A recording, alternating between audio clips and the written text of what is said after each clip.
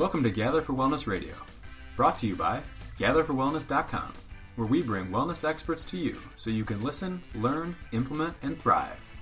I'm your host, Becky Litwicki. I'm here today with episode number 16 and my awesome guest, Catarina Catarino, who's a Pilates, Qigong, and Tai Chi teacher, as well as a transformational nutrition and eating psychology coach. Catarina works with clients on helping them recover their health, vitality, and self-worth using natural methods that help them transform their relationship with food and their bodies while helping awaken the body's own healing mechanism. Here's a sneak peek. I wasn't aware that I was actually ill because, if when you grow with illness or pain, you tend to normalize it. When you take a small step, you get a little stronger, and then it's easier to take the next one, and then it's easier to take the next one because, and sure, you have setbacks, you'll always have them, but you're getting stronger despite, and that feeds into the next step, and that's really what happened with me. Catarina, thank you so much for joining us. We're so excited to have you here today. I know that you've got a lot of great insight to share with the listeners. So can you start by sharing a little bit more about who you are and what's led you to where you are today? Sure. Well, first, thank you for inviting me, Becky. Certainly. I'm really happy to be here. So what got me to my work today, to what I do today? Mm-hmm. Well, since I can remember, since I was a child, I had several health symptoms. But the funny thing is, well, not really funny, I wasn't aware that I was actually ill. Because, when you grow with illness or pain, you tend to normalize it. Right. So I had IBS since I can ever remember. Eating for me was painful. I was always bloated. In my adult years, people would ask me if I was pregnant. Eating for me was always painful. And then for my teenage years, to when I was 28, I had bad adult acne all over my face and body. I had depression, many issues with anxiety and stress, and also because I was suffering from post-traumatic stress disorder, I had almost 20 years of eating disorders, and 10 of which I was addicted to alcohol, and then after I quit the alcohol, it went on to sugar, as it often does. Yeah. So it was a very bumpy journey, and to be honest, I never in my wildest dreams imagined I would become a transformational nutrition coach, much less so an eating psychology coach or a Pilates teacher. I had wanted to have nothing to do with food because my relationship with food, with my health and with my body was so, it was really so messed up. Mm-hmm. So I never really imagined it. So it was really by chance, or it looked like chance, that I started to explore health from a movement perspective, where I started to explore dance, and I started dancing, and that really changed not just myself physically and my health. It was an enormous health booster. Mm-hmm. My posture changed. I was thinking better. I was moving better. My whole attitude to life and to myself, my relationship with myself and my body changed because I was, and I think this is something really crucial for people who go through eating disorders. And you don't even have to have an eating disorder. You just need to have a slightly challenging relationship with food. Mm-hmm. And so many people, which is most people, yeah, absolutely. And just having that challenging relationship with food makes you, to a degree, check out of your body. And I was really checked out until the moment that I started moving, which forced me to kind of land in my body, to feel my body, rather than just talking about my problems. I was actually living myself more. I hope that makes sense. Yeah. And so... Go ahead. Yeah, so then one thing led to another. I started, because I was feeling better in certain areas of my life gradually, and this happened all through the course of years. I decided to change my diet, and that was, my God, that was just that was such an eye opener, because suddenly I wouldn't I wouldn't get pain after eating. I remember the first time I asked at the time it was my boyfriend, now is my husband. I asked him, because this is when I realized you could eat without pain. I asked him, so do you actually not have pain ever when you eat? And he said, nope. Wow. Honestly, I could not believe it. How could I have lived my entire life? Yeah. Feeling the pain. Yeah, feeling the pain and not even knowing that was normal. And I kept asking, but are you sure you don't normally have pain? Like you don't feel like swollen? And he said, no. So that was a big eye opener. And so my brain fog suddenly was gone, and I had no idea I had lived with brain fog. No wonder I had depression when I was and when I was 12 years old. Yeah. Because I was living with constant brain fog. So my brain fog cleared up. I was thinking better. My energy levels were better. And so as all of these parts of my life were healing, I became stronger to start addressing my alcohol addictions. I managed to quit alcohol.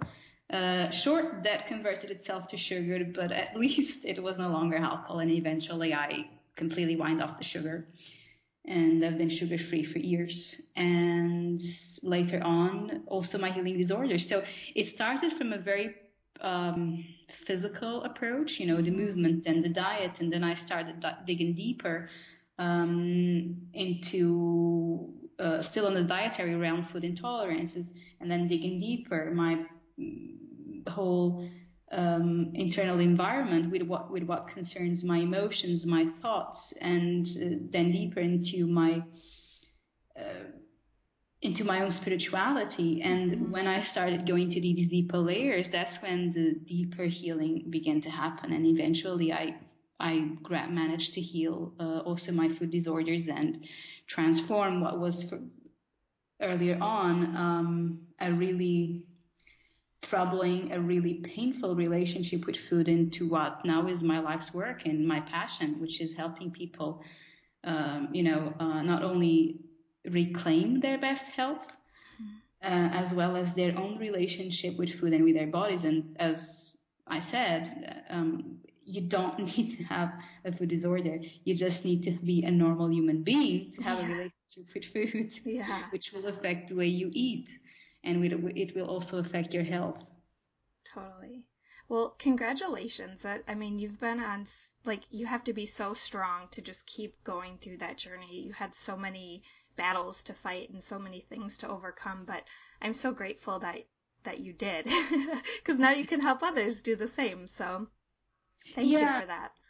No, thank you. Also, the thing is, and I think this is also valuable for people to acknowledge, is that when you take a small step, you get a little stronger, and then it's easier to take the next one, and then it's easier to take the next one, because, and sure, you have setbacks, you'll always have them, but you're getting stronger despite, and that feeds into the next step, and that's really what happened with me. Yeah. When you, well, I kind of want to, how long was that journey for you? I mean, it's not complete, I understand, but like for the bulk of that, like from when you first started moving and realizing that your life could be a little bit different, how much time did it take to go through a bulk of that work? Well, I was about 12 years, give or take. Yeah.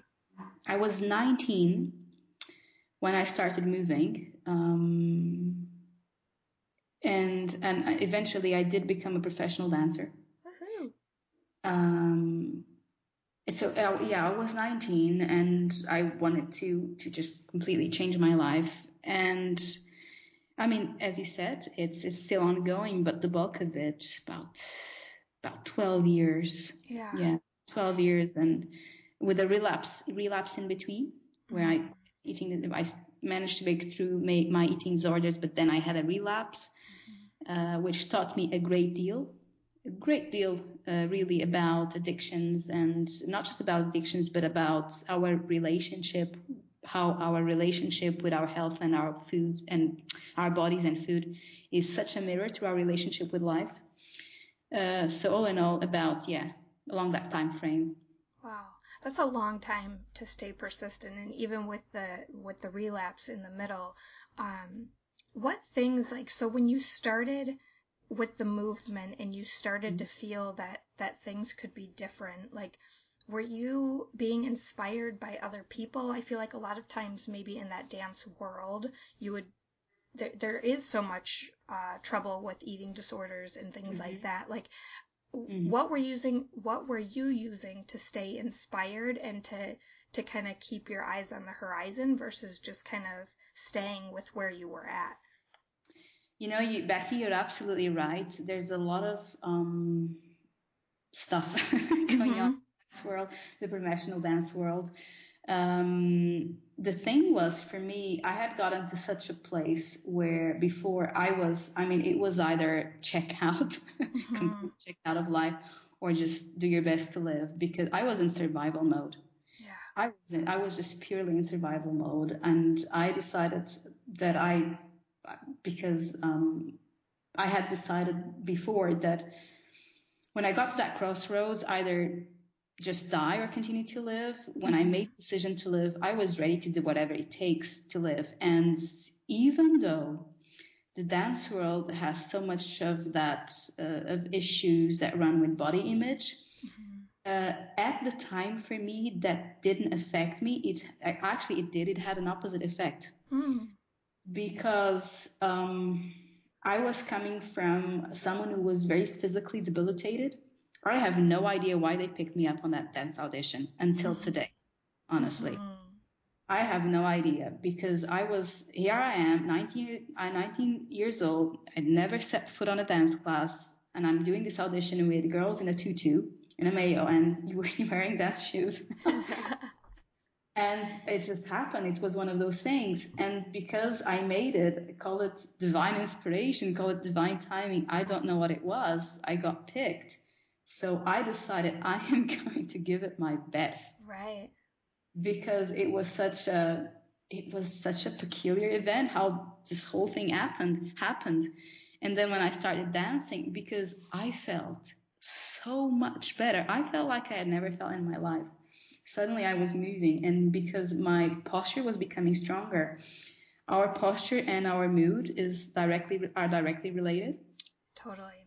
Yeah, absolutely. And it's a two-way street. The way you feel will reflect itself in your posture, and it's the other way around. Because I was becoming stronger, more flexible, and I was doing movement that I actually enjoyed for the first time in my life. My internal attitude was changing. I was stronger mentally, emotionally. I remember this situation when my first year of dance was about halfway through my year, and I stepped into a cafeteria, and suddenly people look at me, and now, why is this relevant? Because until then, I was so slumped in my posture. I was so physically weak, so debilitated, because I had so much back pain. Also, since I was a child, it was another of my ailments, if you will. Yeah, symptoms. Yeah, I really had disabling back pain. So I was pretty much invisible on a physical level, and suddenly, because I was dancing, my spine was much straighter. People were looking at me in the eye. Now, this may sound irrelevant, but for me, it was such a big thing. Like, people were seeing me because physically I was looking different, and that gave me also a different internal strength. So that to get back to your question, one thing feeds the other. Yeah, as I got physically stronger, and also I was proving myself that I could do something. Just for the fact that I got into that dance school, that was something already for me. and sticking to it and committing myself to finish that school was something huge, because I proved myself that I could do something, that I could do it. And from then on, it was just so much easier. Yeah. Well, it was easy, but it was easier to trust that I would be able to do it no matter what. Yeah, beautiful. And I love that you said people were looking, because I think sometimes I no doubt you had better posture and you were feeling more strong in your body, but too, when people decide to come alive and they are inspired to be a better version of themselves, like, you just shine a little bit brighter. And I think everybody wants that, and they just don't know where to look. So every time they're around people like that, I think there's just like that little bit of extra inspiration, you know? Absolutely. Yeah, you're right. You kind of vibrate. Totally. That energy. Yeah. Yeah. So you have an awesome post on your website called Exercise and Me, Are We Meant to Be? And surprisingly, even though your journey kind of started with this awesome dance, you talked about not really liking exercise for most of your growing up life until that point. So can you talk about the process that you went through and how you overcome the fear that you had or the disinterest in working out? Yeah, absolutely. I think part of the reason why I love so much what I do today in the exercise part is because I hated it before. Honestly, so I can really feel people when people come to a class and they're like, "Oh, I hate exercise." I can really feel them. I know how it feels like, and I think, and I mean, in school, I think I only managed not to fail physical education, which we had in school, because I was good at the other subjects. Because every excuse I could use not to go to physical education class, I'd use it. And the thing was for me, again, when I started, I mean, I don't know how it is in the States, but here where in Portugal, exercise was largely, in school, is pretty much about sports and competition sports, football, and that was just not for me. Some people love it. No, not for me. But because that was all I knew, that was my frame of reference, I could not conceive that exercise could feel any different from that. Until I tried dancing. And when I tried dancing, the experience was so different. My God, it was like, so can movement actually feel this good? That I kind of made a promise, even though I didn't know I was making this promise, but I kind of promised myself that I would help anyone I could feel the same thing I felt when I finally managed to find movement that was aligned with me, with my biology, with my tastes as well, with my body. I think that's so powerful, because you're totally right. I think now they're starting to introduce things like yoga and Pilates and stuff in small bits throughout like physical education classes, but you're totally right. There's such a focus on competitiveness and sports, and I think most adults think working out is either going for a run, which I don't know many people who love, and or going to the gym and, weightlifting. And there's so many other things like that, dance and rock climbing and water sports that we just don't even consider as being an option a lot of times. Absolutely. I mean, I think exercise and workout, they have this really narrow connotation. You think exercise and you think people on sweaty people on a gym. That's not true. You can do gym. Some people love it. Not everyone does. And there's all of these modalities. I mean, I've worked with people on wheelchairs. You can exercise on a wheelchair. Yeah. And you can do movement on a wheelchair that you actually like and makes you feel better, and that improves your health.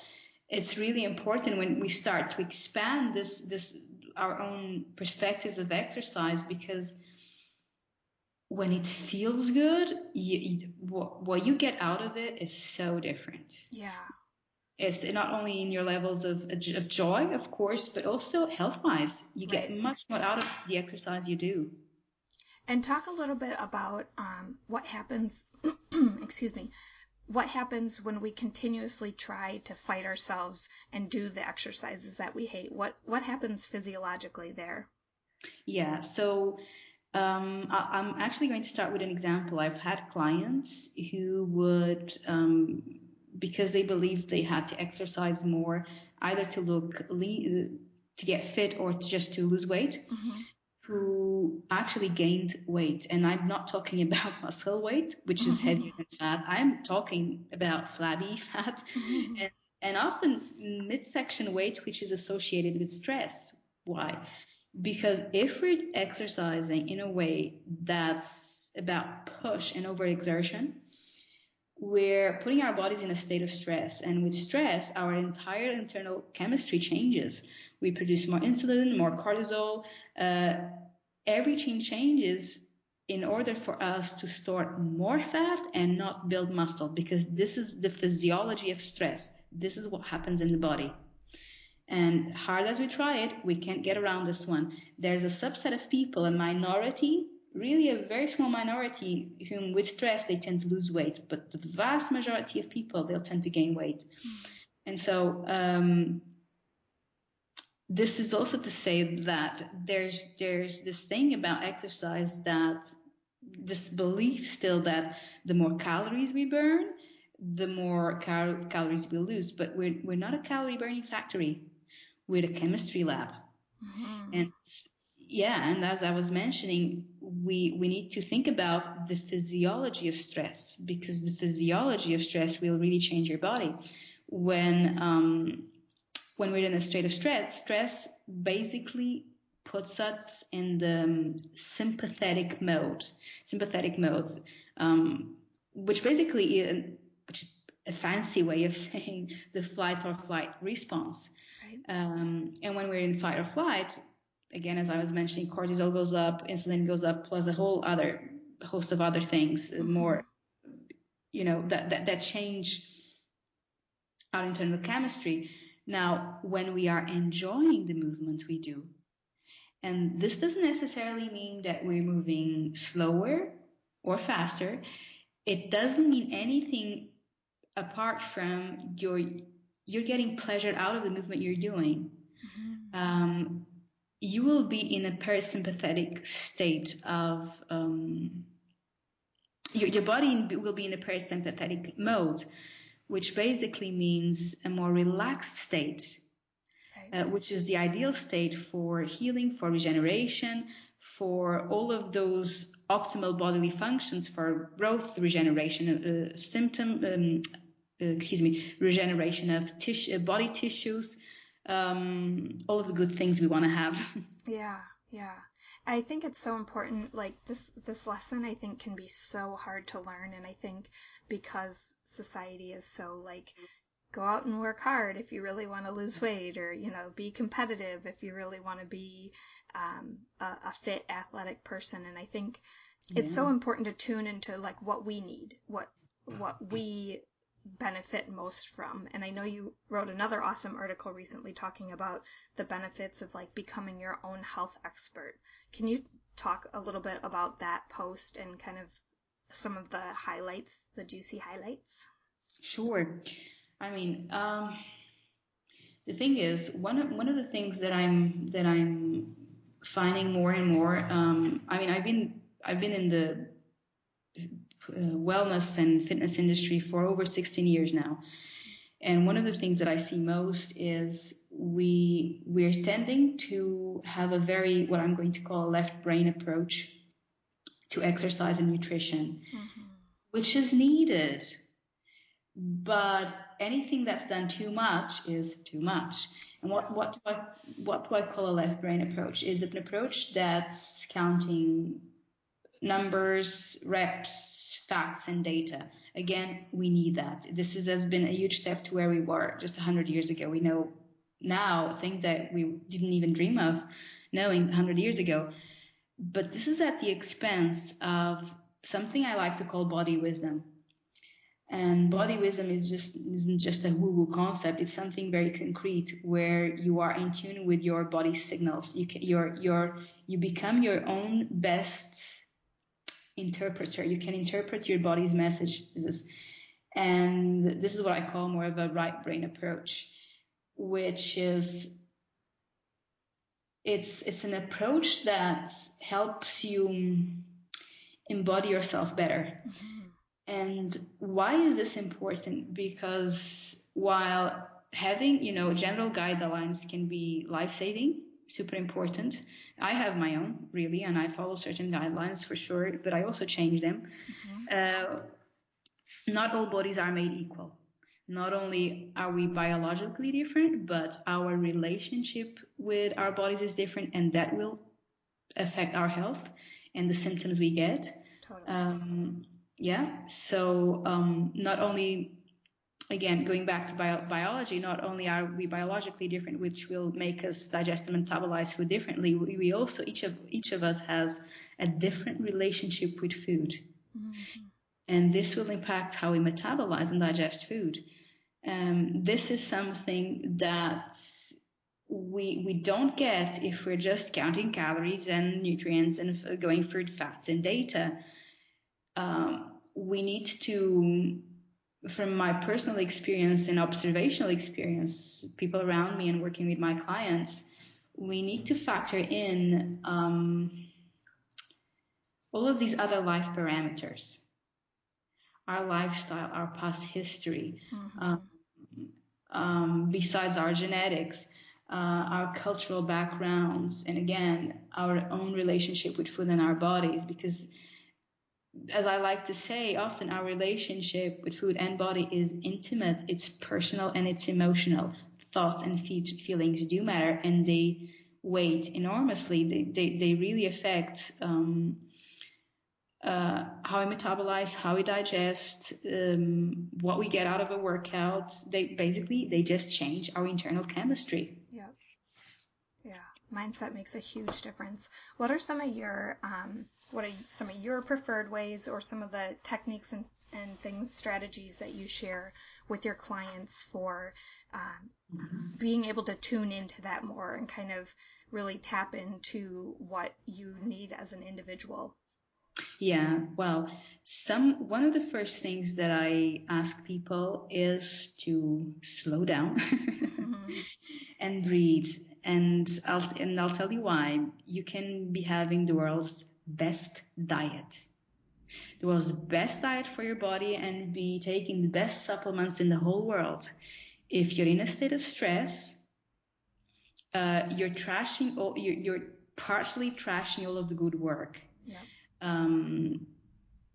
Because again, as we just talked about, state of stress will change completely our internal chemistry. And I've had clients who later on worked on their diets, but before we even got to the diet, just by changing the way they sat down at the table, the way they would get themselves into a state of relaxation, breathing deeply before a meal, which is something I always recommend. Extend their meals for at least 5 minutes longer.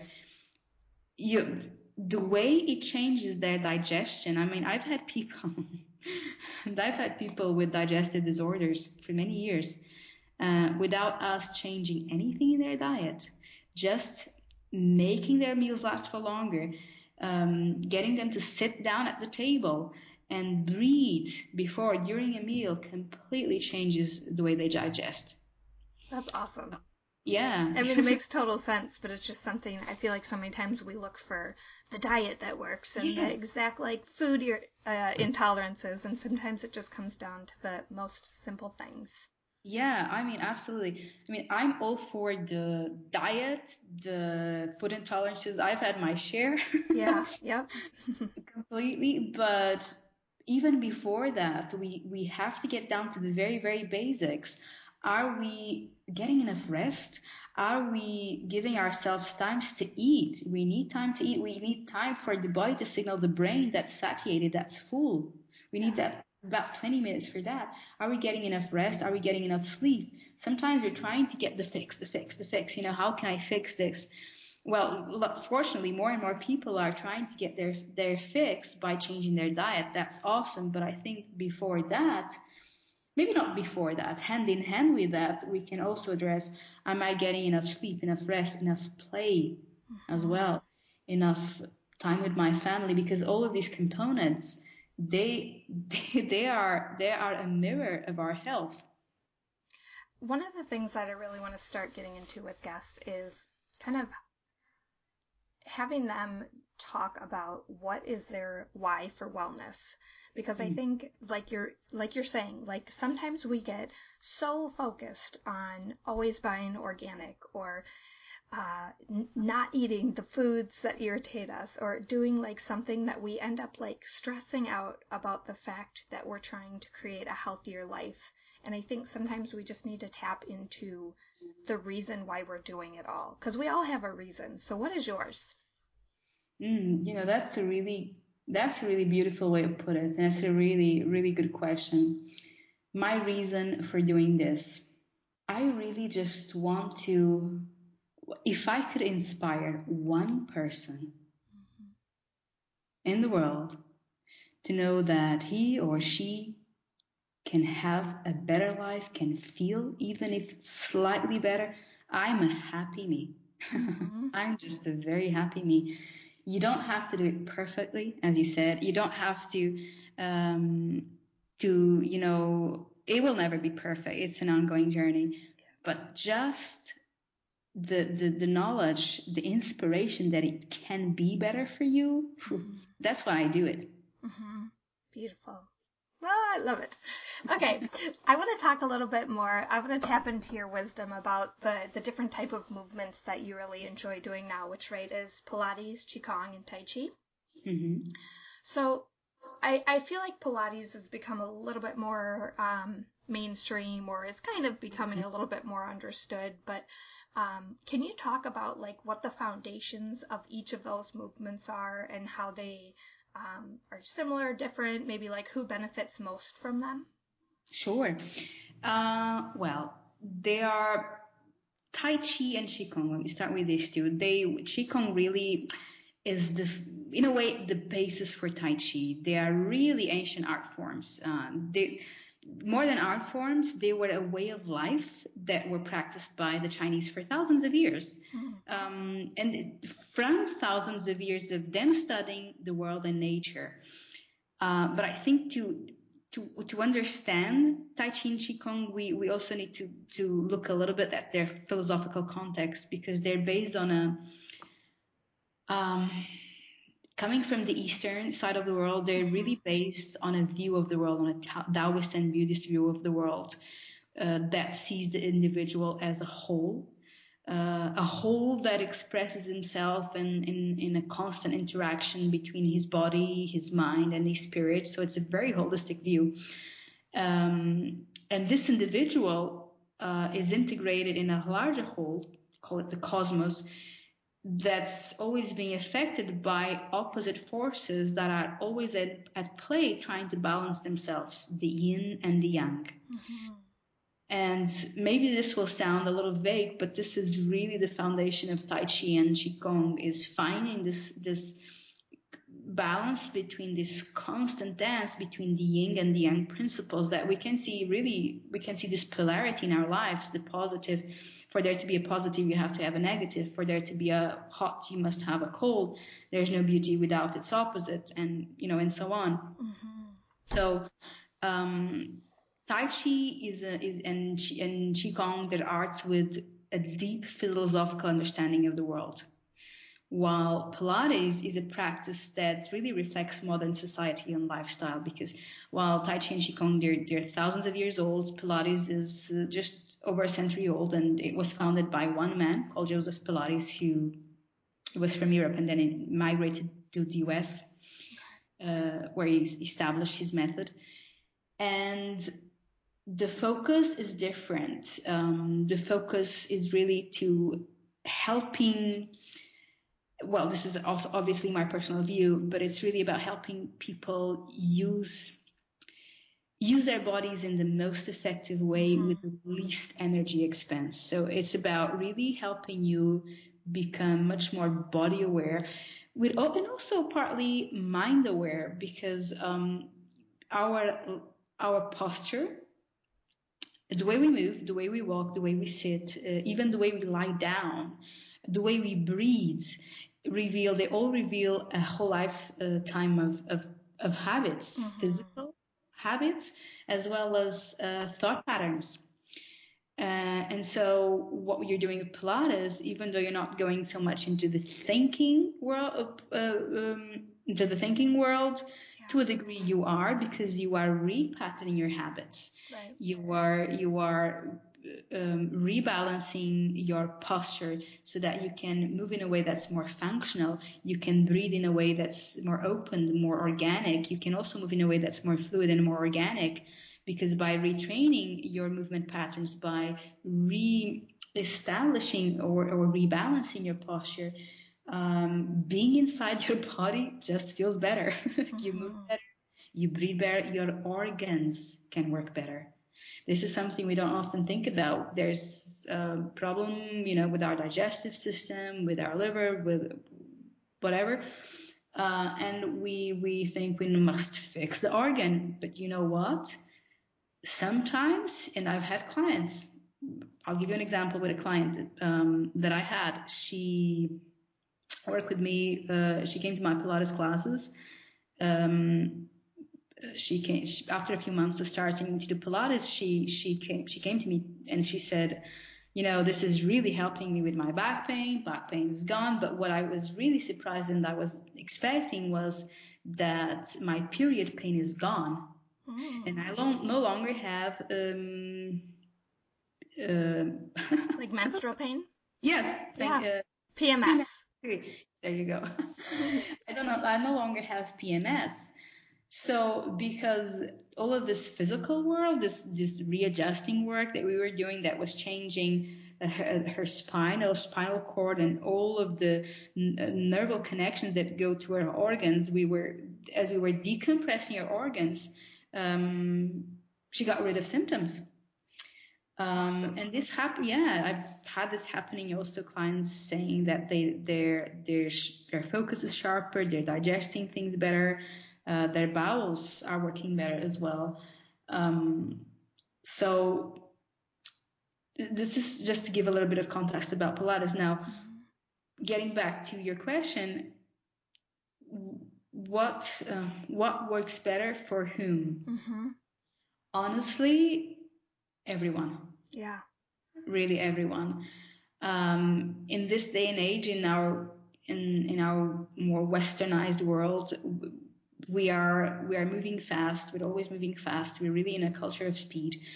So Tai Chi is a beautiful, beautiful modality for people because it really is a natural antidepressant, very powerful in relieving anxiety, stress, not just because of its movement that's so meditative, but also because of its philosophical view of the world. It gives you a different context through which to see the world and your life.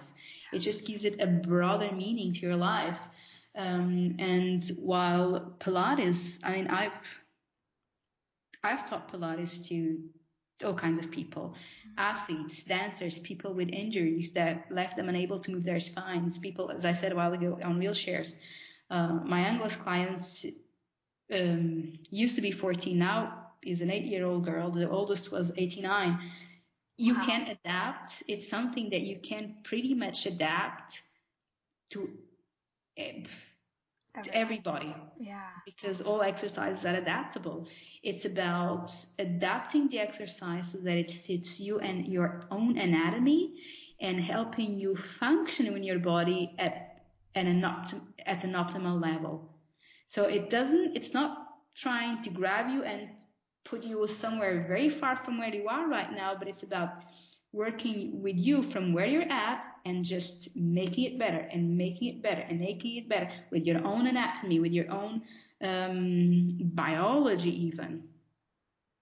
Cool. I remember back in college, I had to take a class. I don't exactly remember what the class was called, but I know we did like a whole segment on Tai Chi. And at that point, I was a basketball player, so I was used to like fast workouts and fast movements. And I remember being in Tai Chi class, like can we move a little faster? Come on. But now I have a different understanding of it. And, but it's just funny that, I totally didn't really get it back then. It wasn't my time for Tai Chi, I guess, back then, because I was not ready to slow down and let my spirit connect with my breath and my movement to my body and all that. I just, Gosh. maybe now. Do I hear you ever? Although I still hear my first Pilates year ever, I had to have it because it was part of my dance training. So we had to have Pilates every single day, and I just could not stand it. I didn't see the point of it. I want nothing to do with Pilates. I wasn't ready for it, and I think also it wasn't explained to me very clearly at the time what the point of it was. Yeah. But yeah, so I do understand what you're saying. I just wanted, and I had the exact same reaction. Can we just go a little faster? Yeah, it's definitely, but I think, we have to practice slowing down. Like, I remember talking with my dad growing up, like he's such a mover and always wanting to do stuff, and he doesn't like to just sit, and like, I don't necessarily like to just sit either, but if I'm sitting like with purpose, like to meditate or to create space in my life or, things like that, it's so different than just like sitting being bored. Like, it's sitting with intention. Yeah. And that's something we have to practice because our society is not that way. Yes, absolutely. I think you really pointed the really important point, which is sitting or being still or slowing down with an intention. This is something I see now that I've taught Pilates for 10 years. And in the beginning, I wasn't as skilled as communicating that to people who were used to a very fast-paced lifestyle and workout. But now it's much easier for me, and it's so rewarding when you start seeing people who are used to be always on the Energizer bunny mode, because moving fast is great if you're balancing it out with slow. Yep. If it's speed all the time, you're going to burn out. You're just going to burn out. But when you start seeing people who've only known speed up till recently, beginning to slow down because they have an intention, they have a focus, it's so rewarding because suddenly their bodies begin to change. Your body begins to change. Your thoughts begin to change. You start to have insights. Your body starts to open up in a different way. It starts to move in a more organic way. You start thinking differently as well. So yeah, I think that was a really good point. Awesome. How can, do you have any good resources or like, because I know you're in Portugal. So how can people either work with you or find great resources online so that they can kind of dive into any of these practices? Sure. Well, I'm building, my website is online, which is, they can check me out at CatarinaCatarino.com. You probably put a link on the bottom. Yeah, absolutely. You'll be able to see that. But the reason why I'm mentioning this is that I plan to put soon a section just for resources, where you can find resources, for healthy eating, for lifestyle, for movement as well. In order to stay in touch with me more directly, they can subscribe to my website. I send newsletters twice a week, really talking about the topics we're discussing right now. It's really about healthy eating, healthy movement, and not only, also your own relationship with your body, with yourself, with food, which can't be separated from your health and from your diet. Because something that I like to say, I think this is really important, is the way we do eating is the way we do life, to a degree. Is the way we do life. So on my newsletters, I talk about all of these things, and they're sent out once a week. Also, once a week, people will get a recipe on their inbox if they want to sign up for the newsletter. So Tuesdays is newsletter day. On Thursdays is recipe day, and the recipes are not mine. They are from many different health coaches, and who all generously provide their recipes. They're all clean from most of the allergens. Yeah. If you have a gluten intolerance, dairy, soy, sugar, none of them contain any of those ingredients, so that, if you have an intolerance, they're clean. Awesome. And with the subscription, they also get 2 books. One is a cookbook, community cookbook from the Institute of Transformational Nutrition, and the other is an ebook that I wrote, which is called Breathe. And it ties in with what we just talked a while ago. When you asked me some of the tools that I give my clients, and one of them is slow down, and the other one right next to it is breathing. Breathing is so powerful and so underestimated, because breathing puts you instantly the right type of breathing. And in my ebook, I'll give you 3 breathing exercises that will instantly activate your parasympathetic nervous system. What does that mean? It will put you in a relaxation mode, and the optimal state for digestion, for relaxation. They're powerful exercises for boosting for improving your digestion and boosting your confidence. So that's what comes with subscribing. If they want to work with me, I am revamping my website, although I'm still seeing clients. So what I'm advising people to do, because up till recently they could actually book for a session with me via my website, because I'm doing all of these changes, what you need to do is just go to my website at catarinacatarino.com. On the menu, click contact, and just I'll tell you how you can stay in touch. Yep. Work with me. Perfect. Because that will be up soon, but it's not up. But just to say, I do work online via Skype or via phone, so I work with people from all over the world. Oh, that's awesome. And you also do a lot of retreats too, right? Do you have any coming up? Well, I just had one just finished literally a few weeks ago. My next retreat, so far I don't have any retreat planned for 2016. Doesn't mean that it won't happen, but it's not on the plans yet. They gotta go sign up to keep in touch, and then they'll know. Yeah, absolutely. Awesome. We'll be sure to put all of that information for people to easily find down below the show. But before we go, if you had 5 minutes to create better wellness, what would you do? 5 minutes to create better wellness. For yourself. Okay.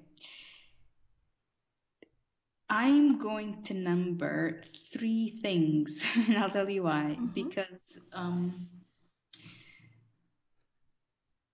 I feel like I'm both visual, auditory, as well as kinesthetic, as well, and different people also are called to different types of experiences. I definitely feel like I need some variety sometimes. Yeah. So if I had 5 minutes a day, I would do one of these 3 things. Perfect. And I could do, one for 3 days and then another for 3 days. But I would either meditate for 5 minutes with deep breathing. And meditating doesn't necessarily need to mean staying still. You can go for a walk. That's a beautiful point to highlight. We talk about meditation as a great way to get better wellness in 5 minutes, but nobody's really brought that up. Leave it to the movement expert to present that idea. Yeah, no, it's a nice way to meditate. You can go. One of the things that helped me to deal with anger, for example, people would tell me, just meditate and be still. Possible, not at the time. When you're dealing with intense feelings, what I would do is channel them through a movement meditation, where I would move, being highly aware of the movement. And after moving, I was finally able to be still, without forcing myself to be still. It would naturally come to me. So a meditation, you can be still, you can walk, but just pay attention to your breathing, taking deep breaths. Yeah. I would also, another possibility is journal. Personally, I've resisted journaling for many years, but I've been gaining a lot of insight from journaling. Questions like, if we're talking about health and nutrition and body, questions like, how does my relationship with life reflect my relationship, actually the other way around, how does my relationship with food reflect my relationship with life? How does my relationship with life is mirrored with my relationship with my body? They can be very insightful. So journaling. And finally, something that I've already touched on is move, but move with movement that really fills you up. Movement that movement that connects me with myself, that grounds me, that makes me feel more alive rather than drained. Yeah. Or that I'm forcing myself to do something, because movement is probably the best antidote for feeling depressed, anxious. It really, because it gets you right into your body. Yeah, we're definitely designed to move. I think sometimes it's so easy when we're not moving to remember that, but as soon as we get going, our bodies encourage it in so many ways. Yeah, absolutely. Movement feeds movement. Before we go to the last question, I want to ask more about like your journaling. So do you always start when you're going to journal? Do you pretty much always kind of start with some sort of a question like that? Sometimes I do, sometimes I don't. Journaling for me happens also after, because now I meditate regularly. You know, the meditate we usually think of as of sitting still. Now I actually like to do it. And it happens to me many times that when I'm sitting still, I get a lot of insights. They just pop up naturally for me. And so I sit down and I write those insights down because I don't want to forget them. I notice that when I don't write them down, I'll just forget them. So at night before I go to sleep, and I don't do this every day, but when I do it, and I do it often enough, I meditate for a while, then I write down some of the insights that I had, and the next morning I like to read them. And I really like to do it because I notice how in just the space of one night I'd forgotten what I wrote before. It's so easy to forget those insights. Sometimes, no, I actually write a question down and then I journal on it. And this pretty much always happens. I get surprised by what comes up. Yeah. Awesome. What is your favorite health habit? Sleep. I love sleep too. It really, for me, it's sleep. Give me 8 hours of sleep every night. I'm a happy Catarina. Because it really just cleans my brain. It makes me be a better person to be around. Yeah. Sleep. Likewise. Awesome. Catarina, this has been such an insightful conversation. I'm so happy that we were able to connect with each other, and although your journey was long and hard, I'm so happy that you've come out on the other side and that you continue and that you're inspiring women and others. So thank you so much. No, thank you. Thank you for this opportunity. I really enjoyed this talk with you. Really enjoyed it. Awesome. All right, we'll talk to you later, okay? Okay. Thank you so much for joining us for today's episode of Gather for Wellness Radio. We'd greatly appreciate if you'd leave a review over on iTunes, Stitcher, or the blog. And don't forget to share this episode with your friends, family, and on social media. We hope you'll join us for the next episode. But until then, keep being awesome. The information on this podcast and on gatherforwellness.com is not intended to replace a one-on-one relationship with a qualified healthcare professional and is not intended to be taken as medical advice. Becky encourages you to make your own healthcare decisions based upon your research and in partnership with a qualified healthcare professional. The entire contents of this website and podcast are based upon the opinions of Becky Litwicki and her guests, unless otherwise noted. The information provided is for entertainment purposes only.